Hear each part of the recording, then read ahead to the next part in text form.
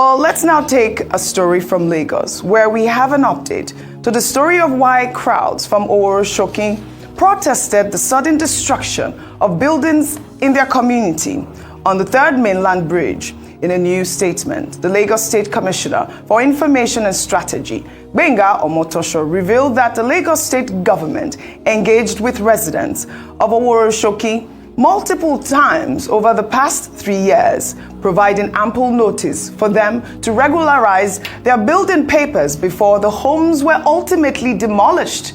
Omotosho maintained that the demolitions were necessary for development and were conducted after extensive engagement with residents who, despite numerous warnings and amnesty periods, failed to produce any valid building or land documents. He described the structure as distressed and unsafe, adding that the development cannot be hindered by what he described as pure lawlessness. In the meantime, some residents of Oworonshoki say their homes were demolished despite submitting the required documents for building approval. A resident accused officials from the Lagos State Building Control Agency and the local monarch of a land-grabbing scheme. The resident claims that after being instructed to upgrade their houses, demolition crews arrived late on Friday night, catching families off guard and preventing them from salvaging their belongings. Let's take a look.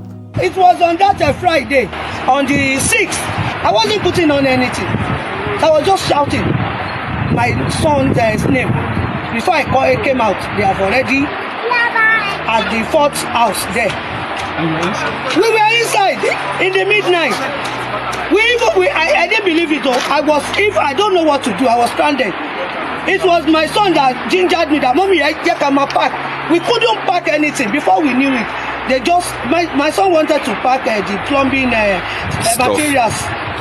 There, they didn't allow us. They came last May, and they only asked us they didn't say we should vacate our land to demolish. They said they didn't even say renovation.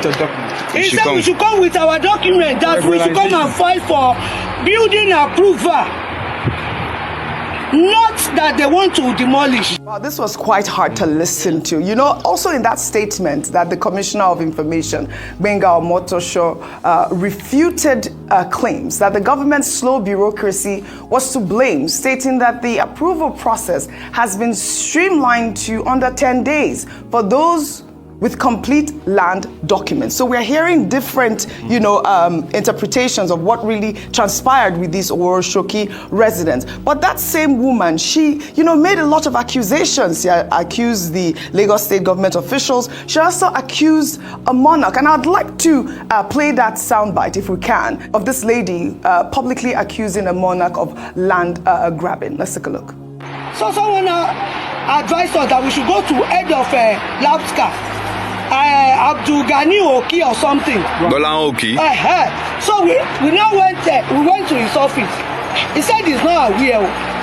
So he now checked the number on the abatement paper. He called. He said, Shaye, were you the one that went to place papers on people's properties at Ojileru? He said yes. He said, who sent you? He said, Baba, I will come and see you, sir. So Mr. Okina said, are you crazy? I said, who sent you? He now said it was Kabiesi that sent him. Mr. Okina advised us that we should go and liaise with the Oba, the Kabiesi, the king, so that we should ask him what he really wants from us. Maybe he wants us to rebuy the properties. All right, another strong accusation there, Rufai. I mean, what are your thoughts on this story? Okay. The response from the Lagos State government, as well as her, rebuttal. So, with due respect, I don't think the report from the Lagos State government is good enough, because there was also a video of somebody that were challenging them before this time and saying, oh, when we told you to go and do your property on time, you didn't do it on time, then you saw the demolition. And this was before the protest even happened. It's not good enough, because we also see that there's a lot of lacuna we don't know who you are talking to in Lagos State government. That's always the problem. It's just like some buildings that people in Lagos State government give authorization to go up. Yeah. When it now comes down, they will say they know nothing about harm, it. yeah. Another harm. So the Lagos State government is convoluted. And that's why I've always suggested technology can solve this problem. Lagos State government, if they say they are very advanced, you should put a blockchain platform up for land. So that anybody that buys land and your paper is up there, is verified. So that anybody that comes up there will be able to see what is happening there. That's just it. Make the land process transparent. This one that they're saying they're going to check in lands, it always causes problem in the end. And people victimize other people.